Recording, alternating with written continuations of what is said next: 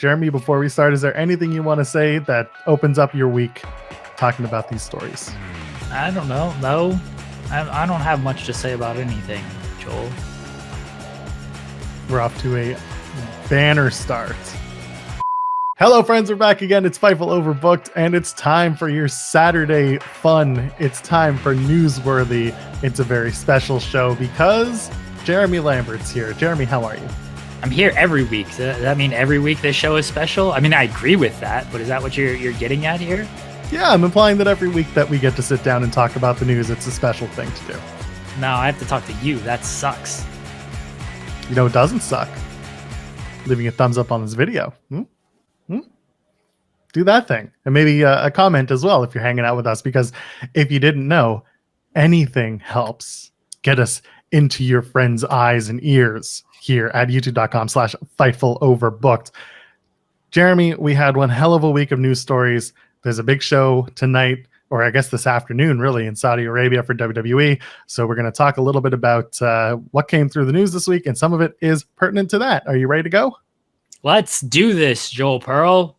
Wonderful. 5 stories on the clock. As always, they either flew onto your newsfeed and stuck around, or they just flew right by. Number 5, Matt Cardona. Without Z True Long Island story, there would be no BTE and no AEW. Cardona on, well, you guessed it, Sam Roberts, Not Sam Wrestling. We love Sam Roberts here on Newsworthy. We do, because he does a damn good job when he interviews these guys. And that's one hell of a headline to write, and that's one hell of a quote to give, because saying he's responsible for AEW, interesting. Let's talk about it.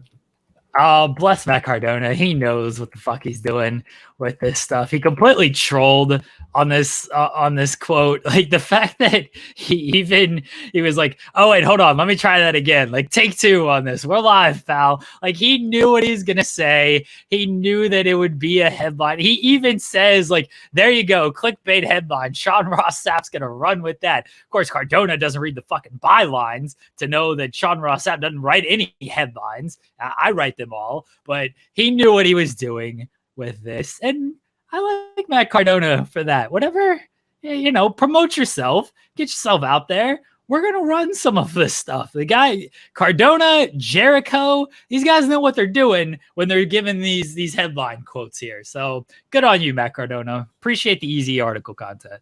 He knows everything but who to credit for the damn headline. Yeah.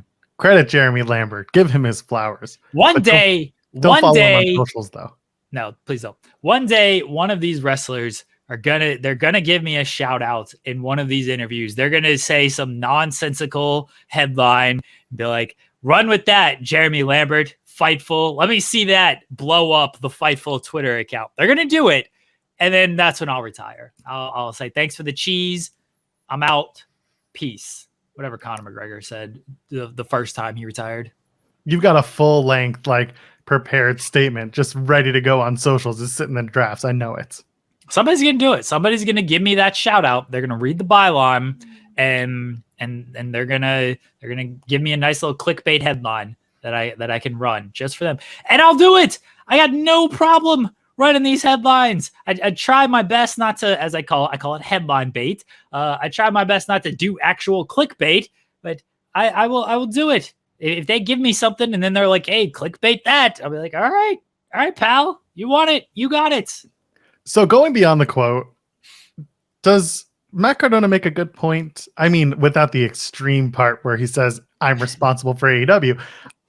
Is there any truth to the idea that vlogging in wrestling really took off with Z True Long Island story? I think a lot of people credit Cardona for that, right? I was listening to Matt Hardy's podcast today. Shout out to him and John Alba. I was listening to his podcast today, and they brought it up, and even Hardy gave him some credit. And then he mentioned the Hardy show, which they were doing as well.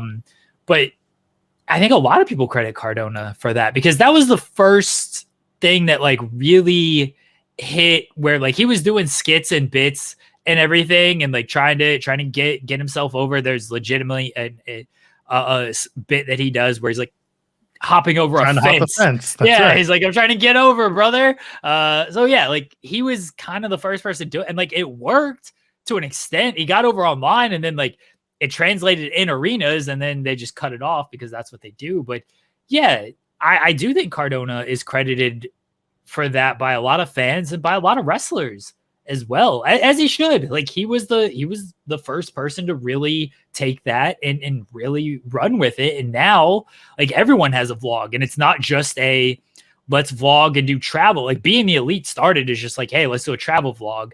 And then it became more like skits and bits and let's do lore and storylines and stuff. But now like everyone just has some sort of vlog. And sometimes it is just, Ethan Page has his toy hunt vlog. Sometimes it's just something like that. Sometimes it's like an interview type of vlog type thing. And other times it is, let's just do a bunch of bits on here and like try to get ourselves over and pop ourselves with this. You know what? I'm all for it. As long as it's entertaining, I'm all for creative people doing creative things. And yeah, and I agree with everything you say. A lot of wrestlers take their influence from Z True Long Island Story. Every time I say it, I gotta like stop myself because I want to say Z True Long Island Iced Tea. Sorry. But not the case. Z True Long Island Story. Let's move on. Number 4, Colt Cabana reflects on Ring of Honor's Death Before Dishonor match against Anthony Henry. Colt Cabana appeared on Captain's Corner as doing a signing and had a bit to say about his Ring of Honor experience at Death Before Dishonor, opening up the show for 0 Hour against Anthony Henry. The first match on that card, as people were filing in, as he said. Talk to me about this article. So Colt Cabana is in the news this week. I don't know if you heard about this. This interview or this like signing was actually like 2 weeks ago. And yeah, I missed it. I didn't check Captain's Corner. So, but I went back and I saw like no one had really covered it or anything. I was like, well, may as well check it out and see what's happening here. I figured he didn't say anything newsworthy when it came to CM Punk situation or anything like that. But I figured, hey, let's see what was said. And then he did talk about the ROH match, and you can hear like the disappointment that he was just like the first match on the show. No one was really there. Didn't get much of a reaction because no one was really there. Like you could really hear the disappointment in his voice. And like, that's obviously not going to translate to text. You cannot read tone and stuff through text. But if you listen to it, you can tell he's like, oh man, like it felt like he was questioning his role on that show and just being the opening match against Anthony Henry. And probably had every right to, considering the circumstances surrounding why he was in ROH and everything. And then he talked a little bit about Final Battle and was like, yeah, I don't know if I'm going to be on it. Don't really know anything. He legitimately cuts off the interviewer. He's like, before you ask, I don't know what's going on with ROH. Like, I know what your next question is. Don't ask me. Don't know if I'm going to be on Final Battle. No idea. And again, this was a few weeks ago. I'd imagine he probably did not even know about his Dynamite appearance at the time this was recorded. He probably still doesn't know about Final Battle. Who knows? But yeah, it was interesting because it was Colt Cabana talking. I didn't realize it was going to be as timely as it ended up being. I think I ran this on Tuesday, and then everything happened on Wednesday with Colt. So I certainly didn't expect him to be in the news much this week. I just thought it was because he'd been in the news regarding the Punk stuff and just ROH in general. I thought it was worthwhile running, and it was a pretty evergreen thing of like, let me talk about this match that happened 3-4 months ago. Yeah, it was nice little quote by Colt, and now we'll see if he's on Final Battle after we saw him on Wednesday. Colt Cabana versus Samoa Joe for the television title. I mean, we might see it. Probably not. I guess they're doing. We just saw Cage and Joe. I don't know what the fuck they're doing. I guess they do a rematch. I have no idea. I don't think they know either. But anyway, that's just what it is. It's good to see Colt Cabana, and it's nice to see us talking about Colt Cabana. Let's move on. Number 3, Jake Manning says he's dealing with minimal CTE, has wrestled with a torn ACL for 2 years. Oh my God. I read this article, Jeremy. Jake Manning speaking to David Baker on the I Did This Instead of Killing Myself show. Hell of a name. Hell of a name for a show, podcast, whatever you want to call it.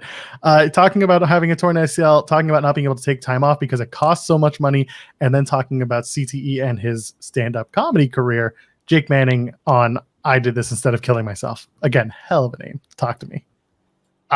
So Jake Manning works he's an independent wrestler, but he works in the AEW like merchandising department. So I listened to this because I wanted to see if he just said anything about that. I knew, like, I guess Jake Manning does like comedy and stuff as well. He does like stand-up comedy. So I didn't know that until I listened to this. So good on him. And David Baker, I think he's a comedian as well, because I talked a little bit about it. Very long interview. It was very like insightful. It probably not something I'm listening to unless, you know, it involves a pro wrestler. But good interview. I actually became a bigger fan of Jake Manning coming out of this. I found him like pretty funny and pretty engaging. And if you haven't watched him wrestle or anything, he does like the man scout character and everything. So if you haven't seen him, go check out Jake Manning. There wasn't like a whole lot to this. And the guy he did the interview with, like, clearly not a wrestling fan, didn't know anything. So it was a lot of like, oh, this is what I kind of do now. A lot of cliches and not really much of stories. But at the end of the podcast, he does give this story about wrestling with a torn ACL for 2 years because he tore it, and then it was going to cost him like $3,000 to get fixed. And he's like, well, I didn't have $3,000 at the time, so I'm just going to make a couple of towns and wrestle with it, see what happens, and then I'll get it fixed. And then he wrestled with it, and he found out, hey, this isn't so bad.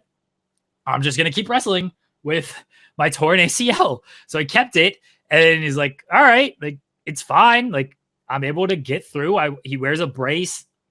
He knows how to take certain moves and do certain things that's not going to make it worse for him. So, hey, look, if he can get by doing it, good on him, I guess. And then he talks about like his knee and everything. He's like, so yeah, my knee's fucked and very minimal CTE, he says. I'm like, I don't know if there is minimal CTE, but sure, minimal CTE.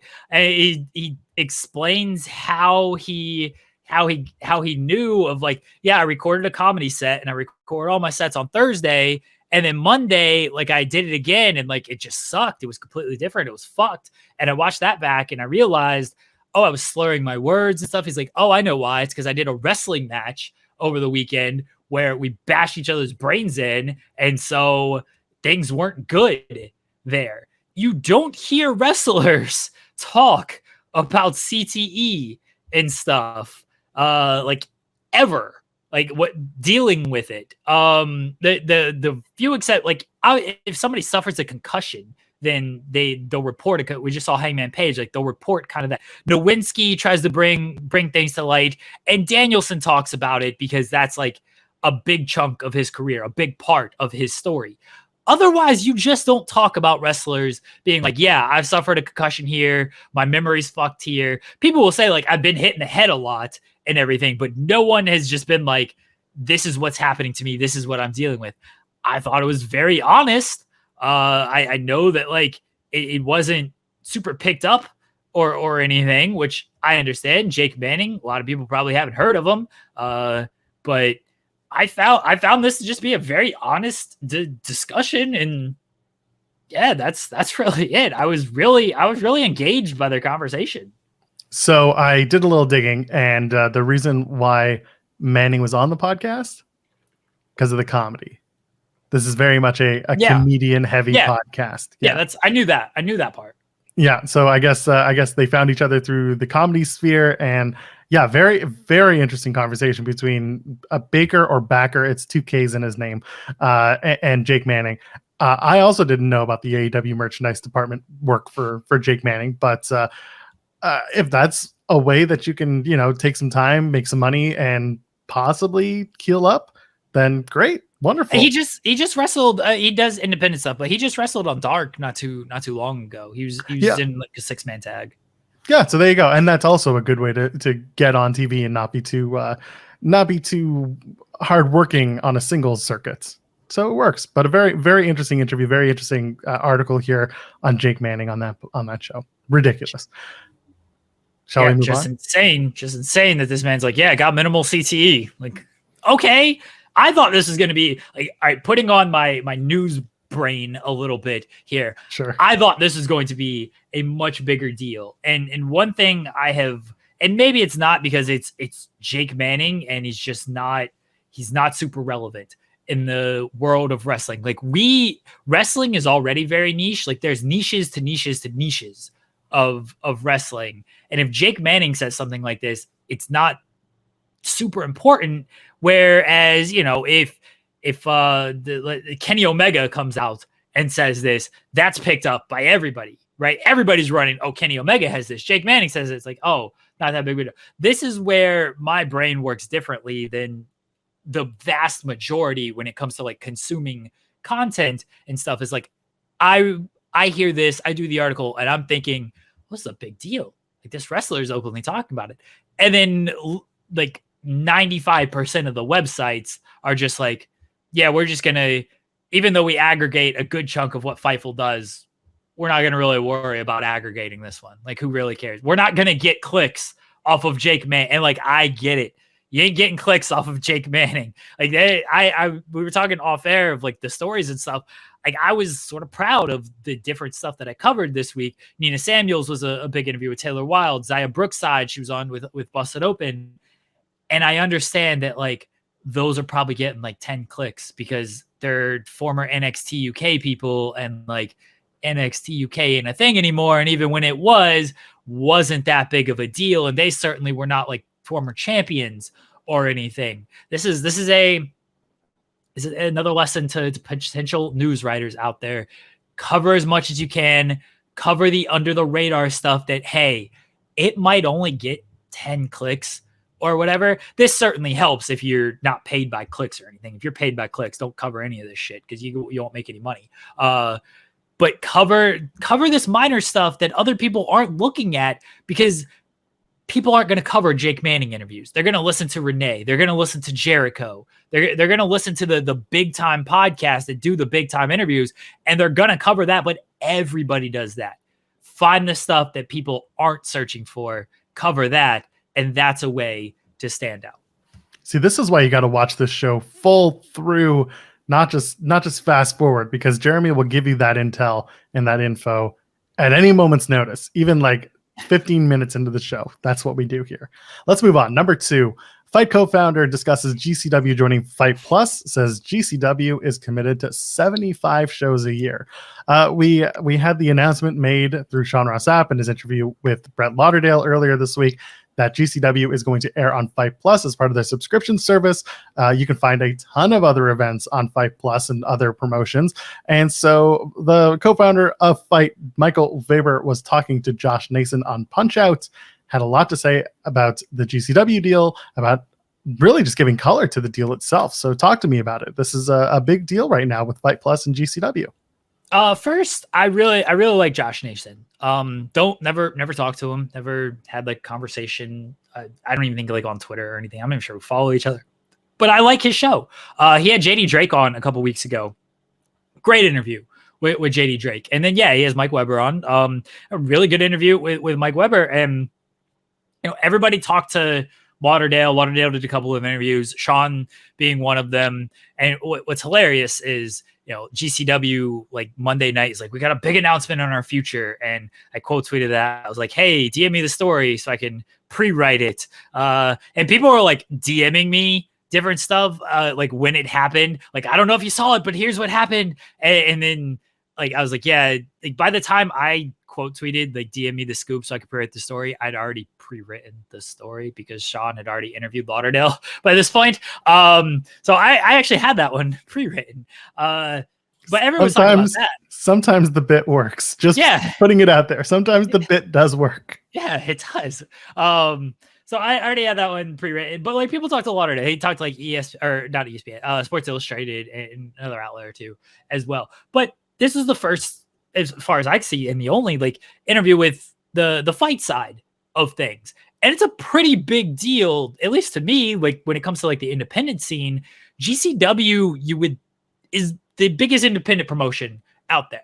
Potentially even, depending on how you want to look at things, the third brand in America. So them going from their current model with singular events, bundle packages, to the subscription model was a pretty big change, not only for them, but for Fight as well. Because for Fight, you're thinking, all right, well, here's even the Mike Weber says it. We have like 1,000 people buy each GCW show. So you're looking at 1,000 people at like $13.99 a pop, or whatever it is, and GCW is running a lot of fucking events, like that's a decent chunk of money coming in. He says like GCW does well for this. So now they're going to the subscription model, which now you got to hit like a certain number on the subscription model to make it line up with, to make it even with how many people were buying the singular events. And they clearly felt confident of like, yeah, this will work for us. GCW felt confident of like, all right, we're still getting paid a good amount of money to do these shows and everything. But I think the bigger thing was with Fight of like, they felt confident that GCW would boost it enough to be like, they're going to be part of our subscription package.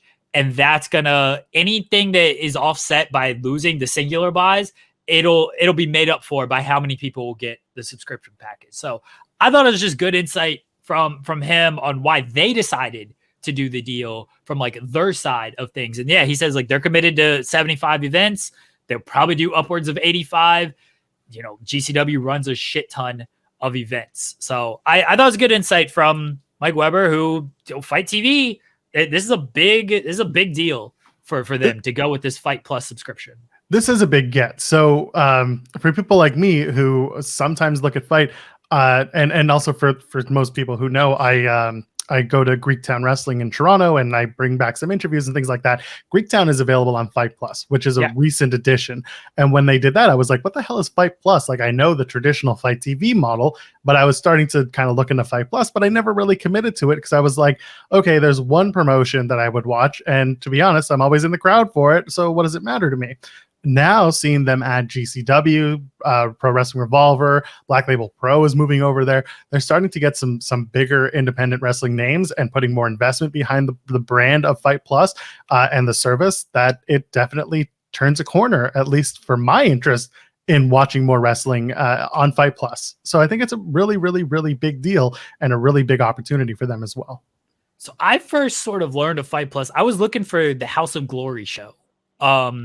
With the Briscoes against Dark Order, because we talked about it on an episode of Spotlight, and I was like, where can I find this show? I knew it was on Fight. I was like, oh, I'll just like look at the replay on Fight or something and see like if we can get access. I saw it was like only accessible through Fight Plus, and I was like, the hell, huh? Okay, sure. And that's, I was like $5 a month. I was like, well, I'm just gonna sign up for this because it's $5 a month, and I'll send that to Jimmy Van. He can give me invoice that one. That'd be fine. So I was like, yeah, I'll just sign up for this so I can watch this show, watch this match. And House of Glory is a big indie as well. They get get Briscoes and Dark Order were on this show. They just had Shingo and Loki on a fucking show. Kenta is on their next show. Like, House of Glory gets some top names. You got Black Label on Fight Plus, GCW. Now you mentioned Greektown. AIW that's local here in Ohio. Like, they got some good stuff, and Pro Wrestling Revolver is on theirs now. They get Swerve all the time on their show. That's Callahan's promotion, Sammy Callahan. Like, they got some good stuff on Fight Plus. Jensen and I talked about that a lot on the Spotlight this week. But yeah, $5 a month, that's a good deal. And I liked hearing from the COO side of Mike Weber's side of things, because it seemed like Fight was doing pretty well with, hey, let's charge for these singular events, but they found that they could do even better with a subscription service. So we'll see how it works. I imagine it's probably going to work out pretty well for them. Hypothetically, it's a win for them and also for fans, because $5 a month for a la carte experience or for a full wrestling experience versus paying a la carte doesn't work as well as paying for a subscription that gets you everyone, is what I was trying to say. For $5, I'd rather do that than shelling out 15, 20, 30 per event. So this is a really good deal. I'm excited for it. So we'll see what Fight Plus brings and who else they bring on board as well. Let's move on. Number 1, Logan Paul. Logan Paul has a match this afternoon in Saudi Arabia against Roman Reigns. He's the champion. By the time some people listen to this, Logan Paul is the undisputed WWE Universal Champion. Jake Paul holding his hand up high and then turning on his brother. Who knew? WrestleMania, Battle of the Pauls. Logan Paul, I acknowledge it's ridiculous. I'm going for the title in my 3rd match. Logan Paul was on the Timbo Sugar Show with Tim Welch and Sean O'Malley. Spoiler alert, it's a very long show, so if you have an hour and a half to watch, go ahead. But he had quite a few things to say about his upcoming match in Saudi Arabia against Roman Reigns at Crown Jewel. Talk to me about this. Why'd you pick this article? And it's number 1 because Logan Paul is very, very prevalent, especially this weekend in wrestling. Logan Paul's done a lot of media for Crown Jewel, and like good good. They recognize that he has a certain appeal to a larger audience. So it's like, hey, get him out there, have him do a bunch of media. Hopefully that attracts his fan base or just new fans and things like that. You have somebody like him, you should be pushing him to do a bunch of media. And he's clearly like fine with doing all this media. So the Sean O'Malley interview was very under the radar. I didn't even know Sean O'Malley had a podcast, but I probably should have assumed he had a podcast. He's a UFC fighter for those who may not know who Sean O'Malley is. So yeah, he had Logan Paul on his podcast, and as you said, very long interview. It was good. Like there was some interesting little tidbits and stuff in there. Logan Paul was the WWE talk wasn't too much. It was more like all over the place and more free flowing and everything. Logan Paul had like nice things to say about Rey Mysterio as well, putting him over as a legend and everything. So like it was a very good interview. But Sean O'Malley asked, or maybe it was Tim Welsh who asked. One of them asked, like, how do you think like people in the locker room feel about you just coming in and like getting this title match, getting this big match, getting this big opportunity, like right off the bat here, third match. And Logan's like, well, I kind of just keep to myself. He said he's just somebody who just comes in, keeps to himself, doesn't like interact with a lot of people. I kind of just keep to myself. He's like, I imagine like some people might not be too happy about it. And then he's like, yeah, even I acknowledge that like it's pretty ridiculous. He was not in like full, he was at afterwards when he's like, oh, I don't acknowledge Roman Reigns. I'm going to kick the shit out of him. He wasn't like full promoter mode of like, you know what, fuck, who cares what they think? Like, I'm a bigger star than all these guys. Like I'm going to come in and they should be building around me or whatever. He kind of humble in his response here until he did go promoter mode with Roman Reigns, which is fine. But yeah, he acknowledges it, which a lot of people have said, this is stupid that Logan Paul gets a title match in his third match. And even Logan Paul agrees with you. Triple H touched on it in an interview with ESPN and is like, look, Logan is going to bring more eyeballs, and in turn, that just brings more eyeballs to the product overall. There's a long-term gain to be had by this. But we see it all the time. We see it and hear it all the time when it comes to like celebrities in wrestling of like, you're taking away a spot from somebody. Oh, Damian Priest could have challenged for the title at Crown Jewel. He took away Damian Priest's spot in this match, or whoever the fuck you want to. Matt Riddle. This could have been his match. Whoever you want to throw out there. It's like Logan Paul is just going to bring more eyeballs than that stuff. But it was nice that he was like, yeah, it's sort of ridiculous, but here we are. We're doing it, and I'm here to help. I think Logan Paul's been great throughout this entire process of being involved in WWE. I think he has the right attitude, the right mindset, and plenty of wrestlers have said this too. Roman Reigns has said it. You know, Shawn Michaels is working with him. Triple H has said it. Like, a lot of people have said it, that like he's got the right attitude, he's got the right mindset. We understand his value, he understands the value we have. This is a very good partnership, and I thought it was great in this interview as well. I understand how easy it is to dislike the Paul brothers. Yeah, I understand entirely.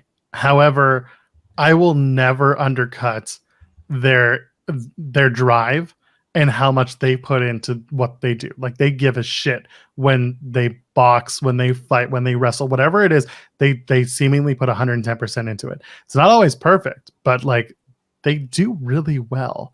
And people gravitate towards them as entertainers, as performers, as boxers, whatever. So yeah, this match, listen, it's happening in Saudi. It's very like nobody is questioning whether or not this is a good match or a fun match, whatever.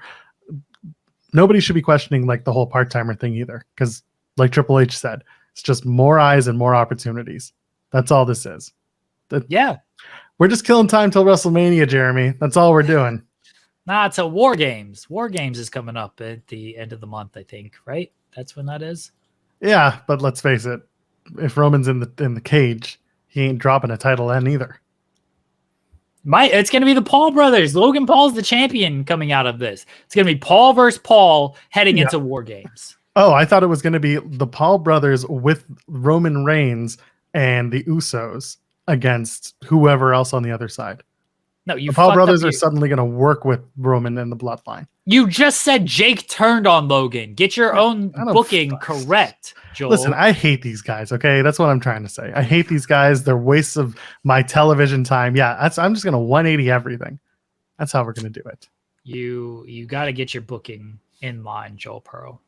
I do that on Thursdays when I talk about Impact on the main channel. Jeremy, I have some breaking news for you. Enjoy the Bengals-Panthers game with Sean Ross Sapp. Oh, did he tweet it? He did. Yeah. So I want to talk about this. So here's what happened. Where did he tweet this at? Oh, I see it. Oh, he didn't tag me. It's on there. No, he didn't. I don't do it either because I just want you people to find it. I don't like doing that. So my buddy texted me. He's like, I'm going to the Bengals-Panthers game this Sunday. It's in Cincinnati tomorrow. He texts me, and I'm like, he's like, does anybody want to come? Because I live sort of close, and then we have another friend who lives sort of close as well. Doesn't like offer tickets. He's like, I'm going if you guys want to do like a meetup or something. I was like, I'll see what I can do. And I got a wife now. We have kids, stepchildren, everything. A little difficult to swing this on short notice. Wife very gracious. She's like, look, I don't know if I can be able to go, but if you want to go for it. So Sean was on Day After Dynamite, and I'm just on air. I'm just like, Sean, what are you doing on Sunday? And he's like, I was thinking about going to the Bengals and Panthers game. So like, I was thinking about going as well. And then so we got to talking. He told me I asked him, I was like, hey, are you going to go to the game? He's like, well, you're a journalist. You need to figure that out. Do some journalism things. So I messaged a second source close to Sean Ross Sapp, and I said, hey, Sean going to the game. We got it all sorted out. And yeah, I'm going to hang out with Sean Ross Sapp tomorrow. He's going to bully me because the Bengals are much better than the Panthers. Going to make my life miserable, but it'll be fun. It'll be fun. I don't know if fun is the operative word that I would use. But, we'll have a good time. I'm sure you will. Enjoy the game. I hope that both of your teams have fun, and I hope that they both engage in sportsmanlike conduct. Let's get out of here. Jeremy, plug the stuff. FightfulOverbooked.com. You're here now. Stay here, please. Subscribe, leave a thumbs up on the videos. A lot of good shit going on. Tim and Joel tomorrow. Tag Talk on Monday. Tuesday is FMC. That's our non-wrestling podcast. If you like basketball and trashy reality television, that's myself and SP3. The series, which I'm very proud of. I realize that it's a very niche thing. I've used that word a lot today. I know the Oxford Dictionary, Joel Pearl. You get that reference? Keep talking. I realize it's a very niche thing, but I'm very proud of it. I put a lot of work into it. It's basically CM Punk's entire AEW run, because that looks like it's sorry to hear that. So like, if you enjoyed Punk's AEW run, this is going to be the deepest dive into it, at least from a match perspective, that I think you'll find out there. So, support that, please. Tell me that I did great, even if you don't listen to it or watch it or anything like that. So yeah, and then some other stuff coming up. Gauntlet, we do that as well. It's some look back. I just did one with Garrett Kidney, Impact historian. Very good, by the way. Yeah, Impact legend, dropping some Impact and AJ Styles knowledge on all y'all out there. So watch that for some classic AJ Styles stuff from TNA Impact, and just from the knowledge that Garrett Kidney brings out there. So yeah, a lot of good stuff. Coexisting with Rob and Maggie, that's every Friday, and I think that's like all of our weekly stuff. Basically, don't follow me on Twitter, even though I'm very funny on Twitter. No, but you can follow me if you really want to. Tim and Joel, by the way, starting this week, airs 10 a.m. Eastern on Sundays. Get ready for that. I know it's exciting. We took a time slot and we pushed it back just so that fewer people would watch us. That's what we really wanted to get out of this. And what was the last thing I was going to tell y'all? Ella J and I are going to be filming something very soon that includes her awful hot takes on it. Can you get Ella J to retract that mint and chocolate do not go together? I'm going to do my best. There are certain takes that she absolutely should be roasted for. We're going to take her to task. We're going to put her on trial, just like we did with that Louis Dangoor guy once upon a time. We're going to do it again soon enough. But until then, I'm at Joel Pearl, JOELPEARL. Ladies, gentlemen, friends beyond the binary. We'll see you in the next one. Enjoy the rest of your weekend. Cheers.